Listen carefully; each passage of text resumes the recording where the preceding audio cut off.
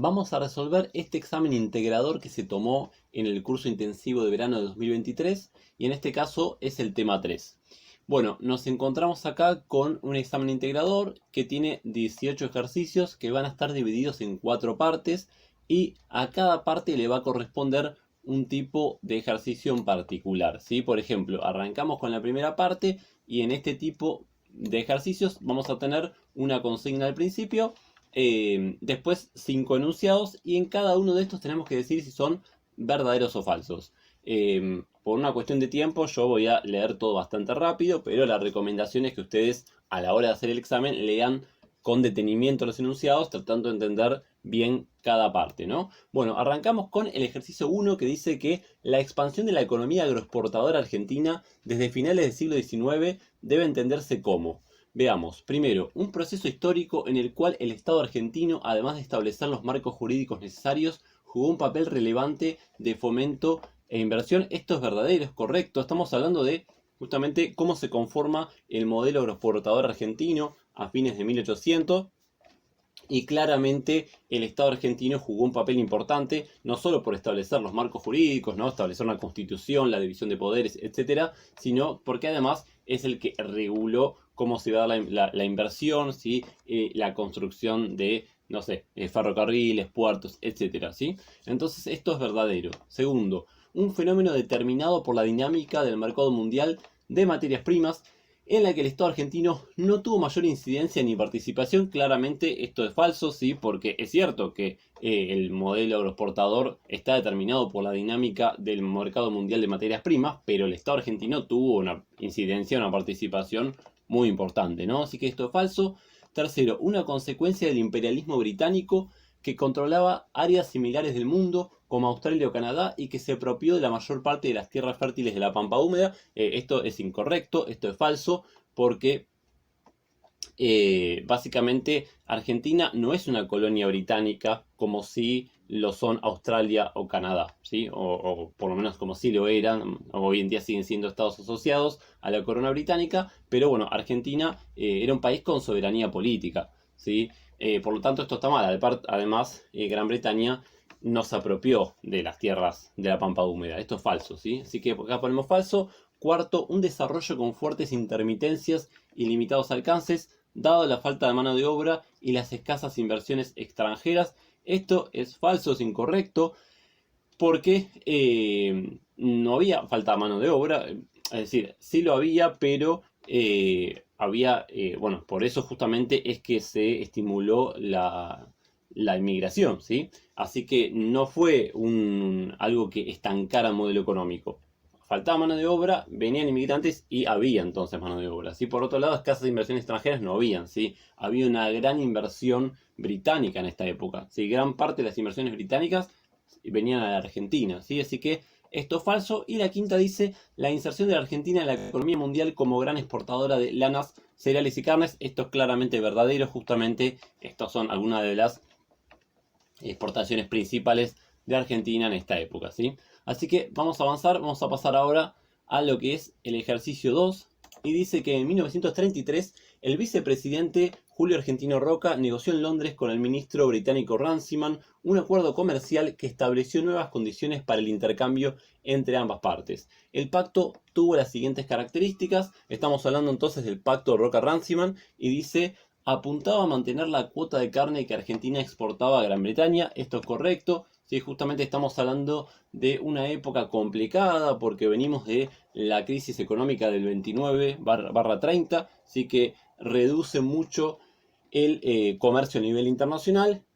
Y este pacto lo que hace es justamente tratar de mantener la misma cuota de carne que Argentina exportaba a Gran Bretaña el año anterior, en 1932. Así que esto es verdadero. Segundo, garantizaba que la cuota de carne exportada sería controlada casi en su totalidad por frigoríficos nacionales. Esto es claramente falso, porque básicamente casi la totalidad de la carne exportada va a ser controlada por frigoríficos extranjeros, así que esto está mal. Tercero, Gran Bretaña se comprometió a invertir un porcentaje de las libras generadas por este comercio en las empresas ferroviarias y de transporte urbano radicadas en Argentina. Esto es lisa y llanamente falso, no sucedió tal cosa. Cuarto, generó un apoyo unánime en Argentina, dado que beneficiaba a la economía en tiempos de crisis. Esto también es claramente falso. De hecho, generó críticas, porque fue un acuerdo que en términos generales fue muy beneficioso para Gran Bretaña, pero fue bastante poco beneficioso para la Argentina. Y dentro de la Argentina benefició exclusivamente a la oligarquía terrateniente, pero no beneficiaba al país, ¿no? Así que esto es falso. Y por último dice, fue muy beneficioso para los británicos que mantuvieron su participación en el mercado de carnes y aseguraron un tratamiento benévolo para las empresas británicas en nuestro país. Esto es claramente verdadero, porque justamente los británicos mantuvieron su participación en el mercado de carnes argentino y al mismo tiempo se aseguraron que la Argentina tratara benévolamente a sus empresas, ¿sí? Básicamente no cobrando los impuestos o reduciendo los impuestos que se le cobraban, entre otras cuestiones, ¿sí?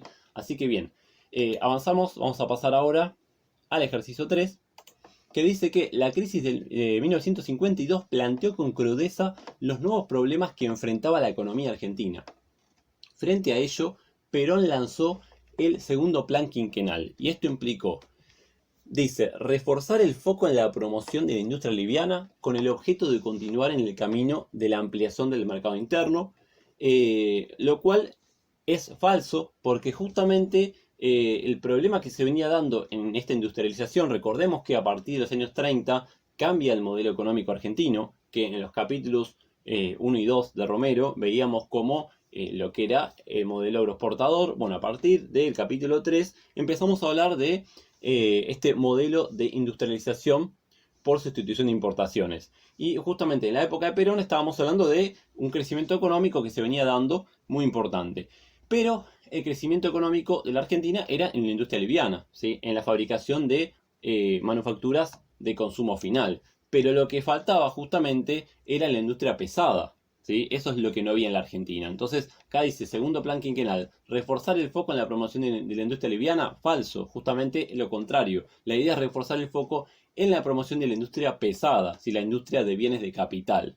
Así que falso. Segundo, eliminar la inversión del Estado en el área industrial con el objetivo de reducir el gasto público y frenar la inflación. Bueno, esto está mal porque no se trataba de eliminar la inversión del Estado en el área industrial, sino, mejor dicho, reorientar la inversión del Estado que antiguamente, digamos, por ejemplo, durante la primera presidencia de Perón se focalizaba en la industria liviana. Bueno, ahora llevar esa inversión sobre todo a la industria pesada, ¿no? Entonces esto es falso. Tercero, retirar el Estado de la explotación del petróleo y la producción de energía eléctrica, reemplazándolo por capitales extranjeros que invirtieran y aportaran mayor eficiencia. Bueno, no, esto es incorrecto porque el Estado no se quería retirar de la explotación del petróleo, de ese tipo de cuestiones, ¿sí? Sino en todo caso se preveía, en esta época se empezó a prever que quizás podría entrar alguna empresa extranjera, pero el Estado jamás sería reemplazado por capitales extranjeros desde la perspectiva de Perón, ¿sí? Entonces esto es falso. La cuarta dice priorizar el desarrollo de las industrias siderúrgicas, químicas, mecánicas, eléctricas. Esto es claramente verdadero. Esto es justamente lo que llamamos industria pesada, ¿sí?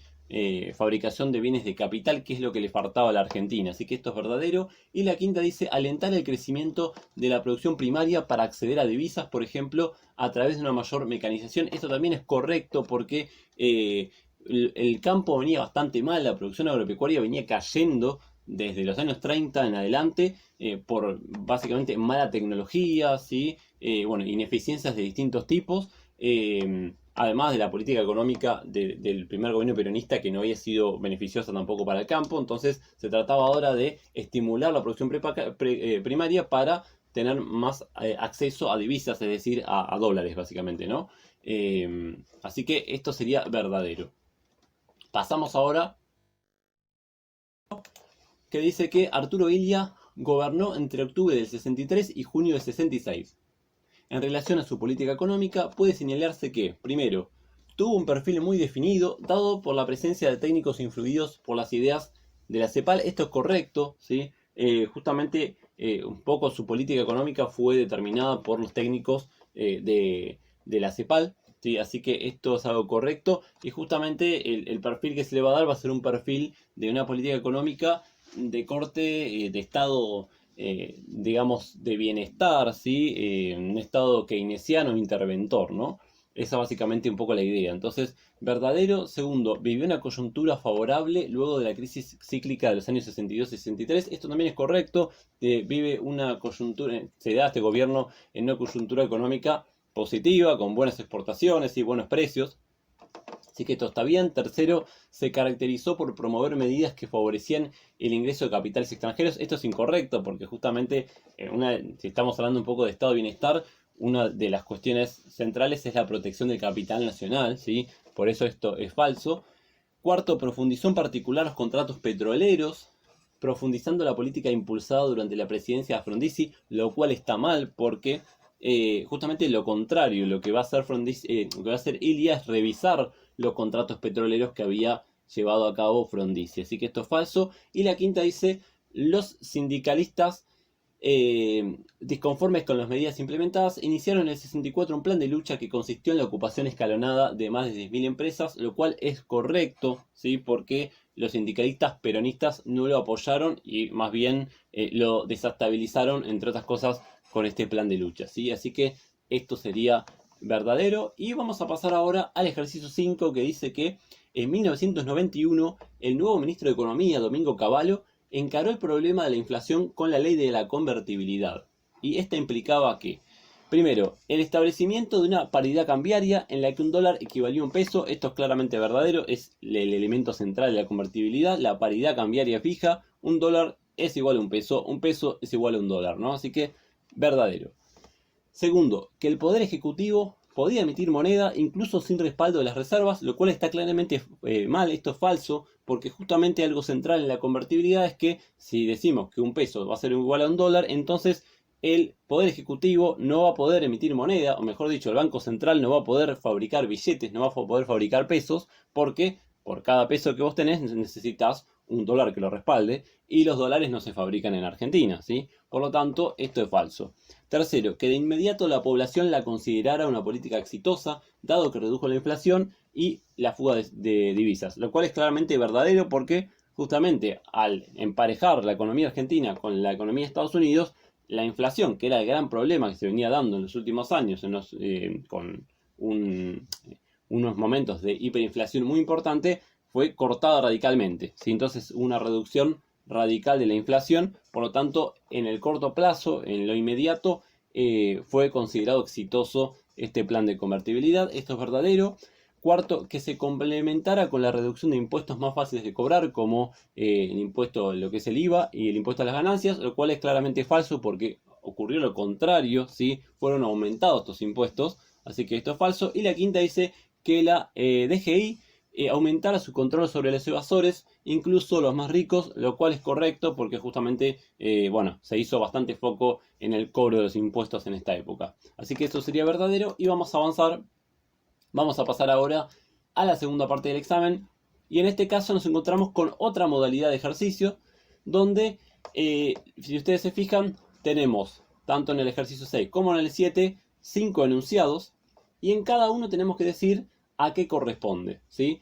En el ejercicio 6 nos dan tres opciones que son legitimidad carismática, legitimidad tradicional o legitimidad legal racional. Y acá justamente tiene que ver con las distintas formas de legitimidad que analizaba Max Weber. Esto lo veíamos en el libro Herramientas, pero en este caso lo vamos a estar relacionando con la parte de historia argentina, ¿no? Entonces, el primer enunciado dice: las grandes concentraciones bajo el peronismo expresaban la unidad de la nación en torno a Juan Domingo Perón. Estado, movimiento peronista y comunidad organizada confluían en ese líder, quien formulaba la doctrina y la ejecutaba. Esto claramente sería legitimidad carismática. Acá ponemos una C porque estamos hablando de cómo confluye todo en el líder carismático que es Perón. Así que bueno, C. Segundo, Hipólito Yrigoyen recibió una suerte de culto a su persona. Muchos argentinos identificaban al presidente con un apóstol o un mesías y todo el partido radical se fundía en su figura. Acá claramente ponemos C, es legitimidad carismática. Estamos hablando del culto a la persona, ¿sí? No podemos dudar. Tercero, en el 74 falleció el presidente Juan Domingo Perón. En su lugar accedió al cargo la entonces vicepresidenta Isabel Perón. Acá claramente estamos frente a un caso de legitimidad legal racional. Acá ponemos LR porque estamos hablando de que una vez que muere el presidente accede el vicepresidente y esto es lo que está establecido en la ley. Así que, bueno, legitimidad legal racional. Cuarto, desde 1880 se configuró un nuevo escenario institucional en torno a un centro de poder fuerte, cuyas bases jurídicas se hallaban en la Constitución Nacional. Un poder presidencial fuerte, fortalecido por diversas facultades, pero a la vez controlado por el Congreso. Claramente esto es legitimidad legal racional, porque si bien se habla de un poder presidencial fuerte, se está diciendo que esto está establecido en la Constitución y que es un poder presidencial que está controlado por el Congreso, ¿no? Entonces estamos hablando de lo que marca la ley, LR. Y quinto dice, en 1989, el entonces presidente Raúl Alfonsín, presionado por la crisis económica y política, adelantó las elecciones y el traspaso de mando al candidato que finalmente triunfaría, Carlos Menem. De nuevo estamos frente a un caso de legitimidad legal racional, porque estamos hablando de que se va un presidente y luego viene otro presidente, tal como marca la ley, ¿sí? Bueno, y ahora sí pasamos al ejercicio 7. Vamos al ejercicio 7, que dice que, según lo analizado en herramientas, bueno, tenemos que elegir entre estas tres opciones, que son Estado, Gobierno y finalmente Nación. Entonces dice, en su fase cultural, sus integrantes se caracterizan por compartir el mismo idioma, costumbres, tradiciones y origen en común o tradición histórica. Bueno, ¿de qué estamos hablando? Estamos claramente hablando de la nación, ¿sí? Justamente lo que caracteriza a una nación es que, bueno, estamos hablando de un grupo de personas que comparten el mismo idioma, las mismas costumbres, las mismas tradiciones, un mismo origen en común, etc., ¿no? Esto sería N de nación. Segundo, su surgimiento permitió regular las relaciones entre las personas, garantizándoles orden y seguridad. Bueno, acá estamos hablando claramente del Estado, ¿sí? Ponemos E de Estado porque estamos diciendo que justamente el Estado es lo que regula las relaciones entre las personas, evita la lucha de todos contra todos y nos garantiza cierto orden y cierta seguridad. Tercero, sus miembros tienen un mandato temporalmente determinado. Bueno, estamos hablando claramente de gobierno. Acá ponemos una G, porque justamente un gobierno es algo que dura unos pocos años, 4 o 6 años, y bueno, una vez que se cumple el mandato, sus miembros cambian, ¿sí? Cuarto, el autorreconocimiento como tal de un grupo importante de personas es fundamental para considerarse representado por la misma. Bueno, estamos hablando acá claramente de la nación, porque justamente hablamos de una nación si hablamos de que estas personas se autorreconocen como pertenecientes a esa nación, ¿sí? Y quinto y último dice, su existencia permite regular el comportamiento y la conducta de las personas. Claramente estamos hablando del Estado, porque justamente es el que regula el comportamiento de las personas, ¿sí? Así que así se resuelven este tipo de ejercicios. Y ahora vamos a pasar a la tercera parte de este examen, donde nos encontramos con el clásico ejercicio donde tenemos un enunciado y tenemos que decir si es verdadero o falso y justificar, ¿sí? Entonces, en el ejercicio 8 dice que, fracasada la experiencia del gobierno autoritario de Uriburu, un arco político heterogéneo fue aglomerándose tras la creciente figura que dentro del ejército tenía el general Agustín P. Justo, lo cual es verdadero. Recordemos que en el golpe de Estado de 1930 que derroca a Hipólito Yrigoyen,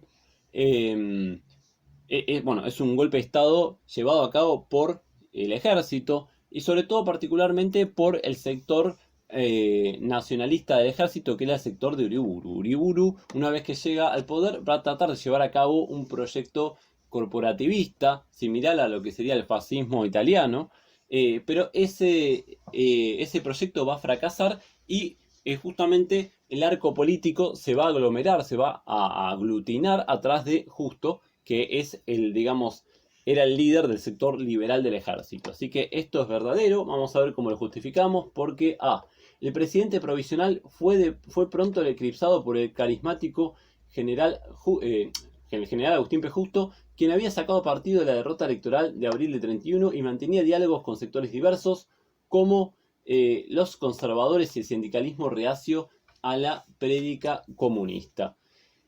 Bueno, bien, acá habla de presidente provisional. Esto es medio raro porque en realidad era un dictador, no un presidente provisional, ¿sí? Esto hace un poco de ruido. Después, que tuviera diálogos como por ejemplo con el sindicalismo no es algo que haya pasado en esta época. Así que, bueno, este enunciado parece estar mal. La segunda dice, la figura de Justo unió en las filas castrenses las banderas del profesionalismo con las del rechazo a un experimento contrario a la Constitución y lideró una coalición cuyo núcleo básico era un acuerdo entre conservadores y radicales antipersonalistas. Esto está bien, justamente está diciendo que Justo va a unir en las filas militares las banderas de un profesionalismo, que es esta idea de, no intervenir en la política directamente, porque justo lo que hace una vez que llega, cuando va a llegar al poder, se retira del ejército, ¿no? Entonces, la presidencia de Justo no es una dictadura de las Fuerzas Armadas, sino que va a ser Justo el que va a estar gobernando, no las Fuerzas Armadas. Por eso podemos hablar de profesionalismo. Entonces junta las banderas del profesionalismo con las del rechazo a un experimento contrario a la Constitución, como era el experimento que quería poner Uriburu, ¿no? Y va a liderar una coalición cuyo núcleo era un acuerdo entre conservadores y los radicales anti-irigoyenistas, ¿sí? Así que esta es la correcta, sin lugar a dudas. La B, la C dice: el ascenso de Justo tenía como base las críticas de los radicales antipersonalistas al proyecto corporativo de los nacionalistas, pero en los comicios del 31 no logró vencer sin fraude el radicalismo, lo cual está mal porque Justo gana las elecciones del 31 que le van a permitir ser presidente, básicamente, ¿no? Y por otro lado, el radicalismo en estas elecciones no participa porque en esta época no se está presentando, ¿no? Está llevando a cabo esta táctica de la abstención electoral. Así que la C está mal. La D dice: la figura de Justo permitía articular un frente que sacara ventaja de la división del radicalismo, enfrascado en la táctica de la abstención revolucionaria y atrajera a los partidarios de Alvear para ganar con legitimidad las elecciones. Esto está mal, las elecciones no las gana con legitimidad, las gana con algo, digamos, fraude electoral mezclado con la proscripción del radicalismo, ¿sí? Así que, bueno, es incorrecto, ¿no? Tampoco quería atraer a los partidarios de Alvear, que jamás le hubieran votado, no tiene sentido, ¿no? Entonces, en este caso, en el ejercicio 8, marcamos verdadero por la opción B. Vamos a pasar ahora al ejercicio 9, que dice que uno de los impactos en la política argentina que tuvo la Segunda Guerra Mundial fue un realineamiento drástico del arco político, muy diferente del que había existido en los últimos años de la década del 30. Y acá lo que hay que saber en pocas palabras es que, si bien es cierto que hay un realineamiento de los partidos políticos a partir de la Segunda Guerra Mundial, no fue un realineamiento drástico, sino que fue un realineamiento medio confuso, ¿sí? Algunos decían que estamos acá, después se iban para el otro lado, ¿sí? Se armaron estos Frente Nacional y Frente Popular, pero no llegaron a nada, básicamente, ¿no? Entonces no es que esto reordena la política argentina de manera drástica, como dice acá, sino que fue mucho más, mucho más tímida, mucho más tímido este realineamiento de los partidos políticos. Así que esto sería falso.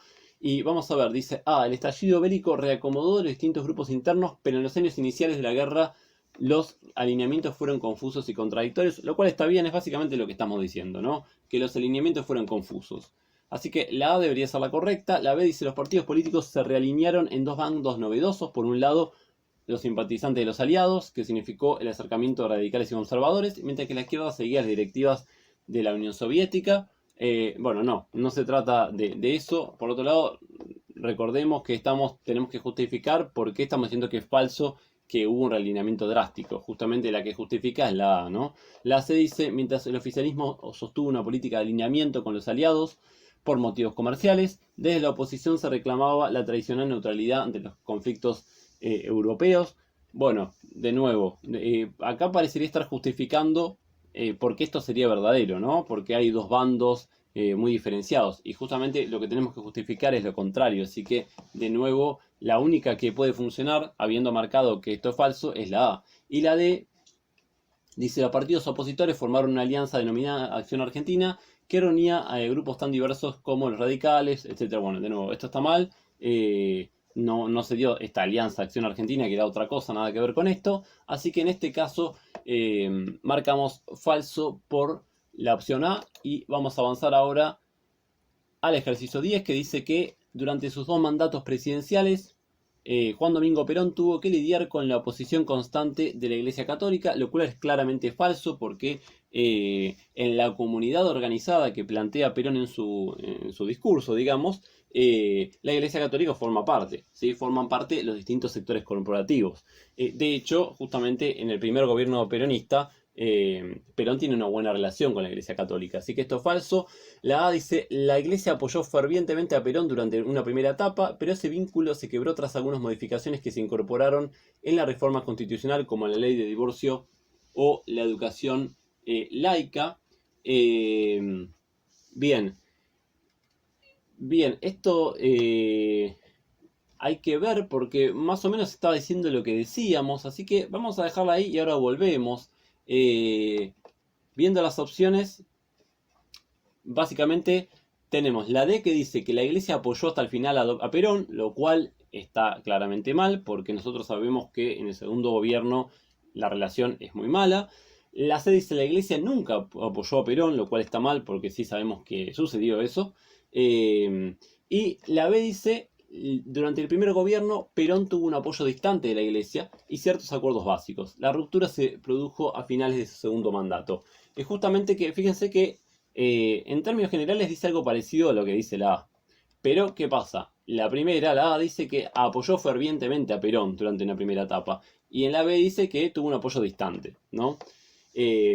Lo cierto es que no tuvo un apoyo ferviente, no era completamente parte, ¿no? Formaba parte del peronismo más o menos, ¿no? Entonces esto no estaría bien. Pero por otro lado, lo que decía acá es que este vínculo se quebró tras algunas modificaciones que se incorporaron en la reforma constitucional, como la ley de divorcio y la educación laica, lo cual es incorrecto porque esto de la ley de divorcio o la educación laica fueron justamente propuestas que amenazó, digamos, o que aparecieron justamente al final del segundo gobierno de Perón, cuando la relación con la Iglesia estaba completamente resquebrajada, ¿no? En el medio del conflicto con la Iglesia. Entonces, la correcta es esta, si es la B, nunca tuvo un apoyo muy ferviente, sino que tuvo una buena relación más o menos en el primer gobierno, pero en el segundo ya la relación fue muy mala. De hecho, bueno, la Iglesia tuvo parte importante en el golpe de Estado a Perón en el 55. Por lo tanto, en este caso, marcamos falso por la opción B. Pasamos ahora al ejercicio 11, que dice que, de acuerdo con Romero, el pacto social promovido por Perón tras su vuelta al poder en el 73 resultó exitoso durante los primeros meses, lo cual es claramente falso porque el pacto social, nos dice Romero, que propuso Perón en el 73, falla desde el principio, porque nadie quiere ceder, nadie quiere, digamos, negociar, todos tienen una postura intransigente, así que esto es falso porque el pacto social fue promovido tras la muerte de Perón por Isabel Perón y su ministro de Economía, Rodrigo. Bueno, no tiene nada que ver con lo que estamos hablando, y pacto social ya no existía para esta época. B. Perón contaba con el apoyo de los trabajadores, pero también con la colaboración de algunos sectores del empresariado que anhelaban cierta estabilidad que favoreciera el crecimiento económico. Bueno, esto sería la justificación si hubiéramos puesto que esto es verdadero, ¿sí? Pero no fue verdadero, no era verdadero, ¿no? Entonces esto está mal. La C dice, Perón fue ayudado por una coyuntura internacional favorable que permitió mejorar la situación de los trabajadores sin afectar la rentabilidad de los empresarios. Esto está mal, sí, y realmente podemos preguntarnos si esto puede suceder alguna vez. Es imposible, ¿no? Que mejore la situación de los trabajadores sin afectar la rentabilidad de los empresarios, porque si los trabajadores, por ejemplo, ganan más plata, los empresarios tienen menos rentabilidad, ¿sí? Es complicado que suceda algo así. Y la D dice, los actores del mismo demostraron escasa capacidad y poca voluntad para cumplirlo. Los empresarios, por ejemplo, apelaron al desabastecimiento y los sobreprecios, ¿no? Así que esta es claramente la correcta. Estamos diciendo, ¿por qué falló el pacto social? Bueno, porque los distintos sectores, los distintos actores, como por ejemplo los sindicatos y los empresarios, no tuvieron voluntad de cumplirlo. Por ejemplo, los empresarios que hicieron, desabastecían, o sea, no entregaban productos, ¿no? Así que bueno, entonces acá ponemos falso por la opción D. Y pasamos al ejercicio 12.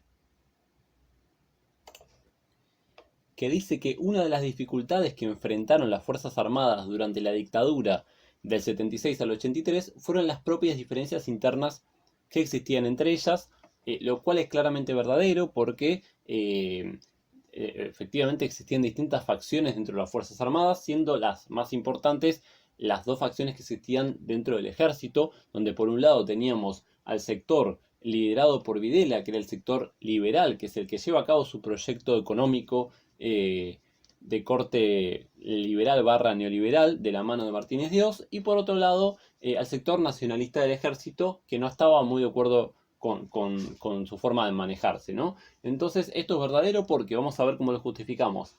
Había diferencias respecto al plan económico y al nivel que debía alcanzar la represión, lo que condujo a que ambos planes se llevaran adelante de manera descoordinada y caótica, generando en los años siguientes una situación de crisis.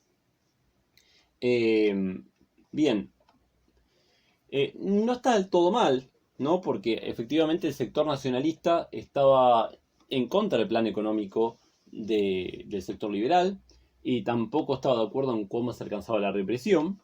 Bueno, vamos a dejarla y ahora la seguimos viendo, a ver qué otras opciones tenemos. La B dice, las diferencias internas surgieron recién luego de la guerra de Malvinas, desde el 82. Esto está mal porque diferencias internas tuvieron desde el principio, ¿sí? Esto es incorrecto. La D dice, si bien existieron dentro de las Fuerzas Armadas algunas voces disonantes, el liderazgo del proceso siempre estuvo en manos de los generales del ejército que lideraban Videla y Viola, lo cual está mal. Videla y Viola eran del sector liberal, pero después, por ejemplo, Galtieri, que es del sector nacionalista, ¿no? Así que es incorrecto.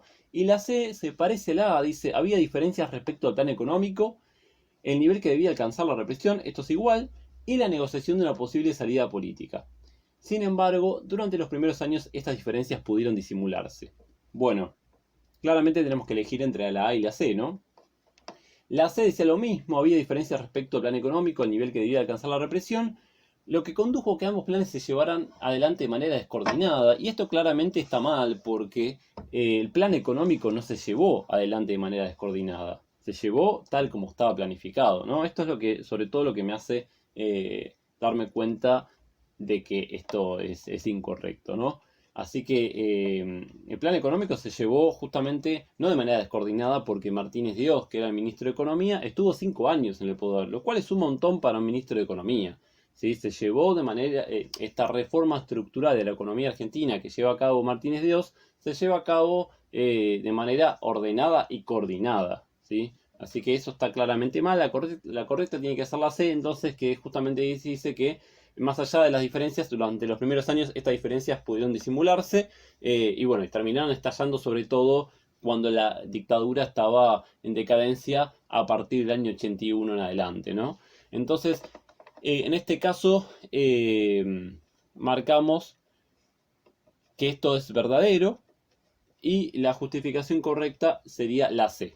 Vamos a pasar ahora al ejercicio 13, que dice que una de las características principales del liderazgo de Menem fue su talento para hacer que el peronismo aceptara las reformas neoliberales, y esto claramente es verdadero porque uno de sus principales talentos fue hacer que el peronismo, que es completamente contrario al neoliberalismo, se diera vuelta y se convierta en neoliberal, ¿no? Así que esto es verdadero porque el estilo de gobierno era pragmático, no solo en la relación con la tradición peronista, sino también en la construcción de alianzas con una nueva dirigencia sindical a fin de neutralizar los reclamos contra el ajuste y las privatizaciones. Bueno, esto la verdad es que no está justificando lo que marcamos a la izquierda. Era pragmático en relación con la tradición peronista. No sabría bien qué quiere decir esto. Más que pragmático, básicamente no es que fuera pragmático, sino que da vuelta a la tradición peronista completamente, ¿no? Por otro lado, una nueva dirigencia sindical no había, ¿sí? Así que este enunciado está claramente mal. La B dice, aunque el peronismo no aceptara el giro neoliberal, bueno, esto está mal, sí, efectivamente lo aceptó, así que esto queda descartado. La C dice, Carlos Menem no logró que su partido aceptara realmente las reformas. Bueno, obviamente esto es incorrecto, entonces por descarte la correcta tiene que ser la D, que dice que Carlos Menem construyó una jefatura en torno a un círculo íntimo que no se definía por afiliación partidaria, sino por vínculos prebendarios, y administró con una lógica similar sus apoyos políticos o sindicales. Básicamente, esta es la correcta. Lo que está diciendo es que Menem se constituyó como un jefe en torno a un círculo íntimo que no se definía por una ideología o por el partido político, sino porque básicamente obtenía beneficios personales, ¿no? En forma de coimas y plata, ¿no? Básicamente. Y así se fue administrando. Esta fue la lógica de poder de Menem, básicamente. Otorgar favores, dar dinero, ¿sí? Básicamente corrupción, ni más ni menos, ¿no? Entonces, verdadero, ¿sí? ¿Cómo es que hizo que el peronismo aceptara las reformas neoliberales? Bueno, a partir de la corrupción. Así que verdadero por la opción D. Bueno, y vamos a pasar entonces a la última parte de este examen, a la cuarta parte, y en este caso nos encontramos con un tipo de ejercicios más sencillo donde tenemos acá una consigna y 4 enunciados, de los cuales dice marque con una X cuál de las afirmaciones es la correcta. Entonces hay una que está bien y hay 3 que están mal, ¿sí?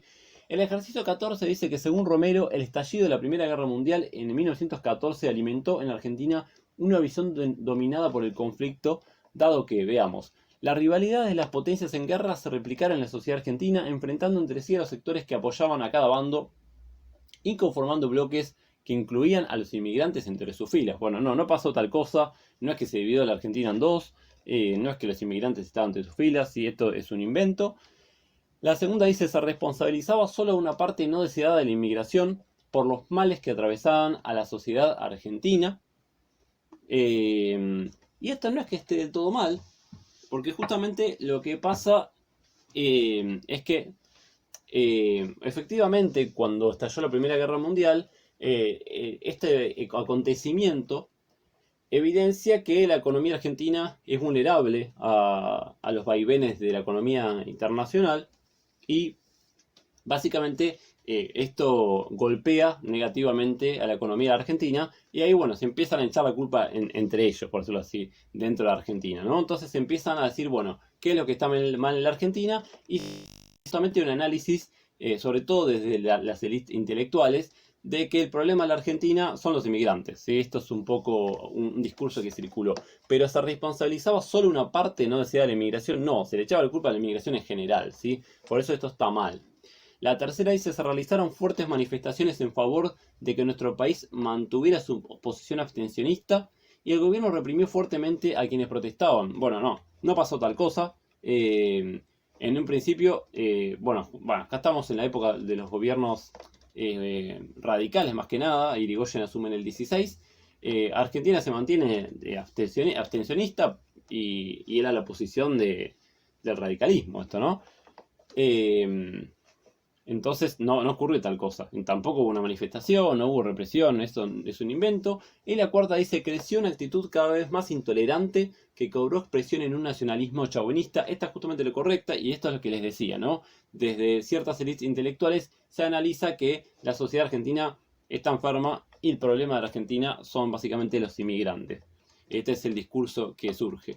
Entonces, en el ejercicio 14, la correcta es la cuarta opción, el cuarto enunciado, y pasamos al ejercicio 15, que dice que según Roy Ora, de a poco el radicalismo intentó minar las posiciones de preeminencia social que ocupaban los conservadores por un cambio de dirección orientado hacia su propia base social, las clases medias. Esto implicó que se topara con enormes dificultades institucionales, como la presencia de numerosos gobernantes pertenecientes a la élite con los que Hipólito Yrigoyen debió negociar hasta el final de su mandato. Esto está mal desde el punto de vista en que Irigoyen no negoció con los gobernadores conservadores, sino que se manejó, recuerden ustedes, con intervenciones federales por decreto, ¿no? Entonces, básicamente, Irigoyen lo que fue haciendo es intervenir las provincias, no negoció con los gobernadores. Así que esto es incorrecto. La segunda dice, logró desplazar la presencia fuerte de los conservadores en el Congreso de la Nación, tanto en la Cámara de Diputados como en el Senado, principalmente, con mucha rapidez y sin atravesar tensiones. Y esto es justamente algo que está mal, y no está de más entender por qué, porque efectivamente el radicalismo va ganando elecciones y consigue mayoría en la Cámara de Diputados, pero no consigue mayoría en la Cámara de Senadores. Porque en esta época los cargos a senador duraban 9 años, entonces era muy difícil cambiar la composición del Senado, ¿sí? Por eso es que justamente Irigoyen, cuando quiere intervenir en una provincia, no lo manda al Congreso porque sabe que no tiene la mayoría y se lo van a rechazar. La tercera dice, la reforma universitaria llevada adelante en el 18 con la venia presidencial simbolizó dicha intención, al democratizar el acceso y la participación de estudiantes en el gobierno universitario y renovar el cuerpo de profesores. Esto es correcto y tenemos que recordar que estamos justificando algo que está acá arriba, siempre hay que tener en cuenta, ¿no? Decía que el radicalismo intentó minar las posiciones de preeminencia social que ocupaban los conservadores, es decir, intentó desplazar a los conservadores de algunos lugares y darle lugar a las clases medias. ¿Dónde? Por ejemplo, en las universidades, ¿sí? ¿Cómo? Con la reforma universitaria del 18, que democratizó el acceso y la participación de estudiantes en el gobierno universitario, renovó el cuerpo de profesores, etc. Esto es claramente la opción correcta. Y la cuarta dice: los intentos fueron infructuosos, en parte porque las clases medias no recibían el trato que anunciaba el radicalismo. Y esto está mal. Efectivamente, las clases medias durante el gobierno de Irigoyen empezaron a ocupar lugares que, bueno, antes no tenían, ¿sí? Así que en el ejercicio 15 la correcta es la tercera opción. Pasamos ahora al ejercicio 16, que dice que el periodo de 1930 al 43 se vio fuertemente signado por la utilización de mecanismos fraudulentos. No obstante, Romero señala que pese a ello la democracia había arraigado lenta pero progresivamente en la sociedad. Dice que la democratización abierta en 1912, con la sanción de la ley Sáenz Peña, ¿no?, había ido desarrollando en el largo plazo la construcción de una cultura democrática, la formación de hábitos y prácticas de participación y el ejercicio de derechos, a pesar de las interrupciones del orden democrático y el uso del fraude.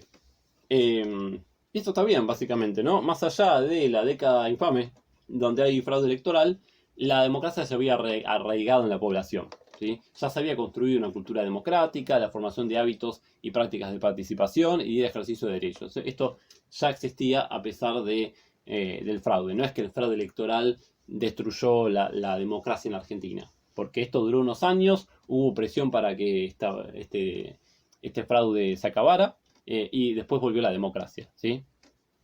Siempre más o menos porque hay golpes de Estado, pero bueno, más allá de eso, efectivamente hay una, como dice Romero acá, una cultura democrática construida. La correcta, sin duda, es la primera. La segunda dice: dicho arraigo se dio incluso con mayor firmeza en las zonas rurales. Y no, el arraigo se da mayormente en las zonas urbanas, no tanto en las zonas rurales. La tercera dice: la solidificación de la democracia pudo comprobarse en la mirada positiva de la sociedad sobre el gobierno de Justo. Y esto está mal, ¿sí?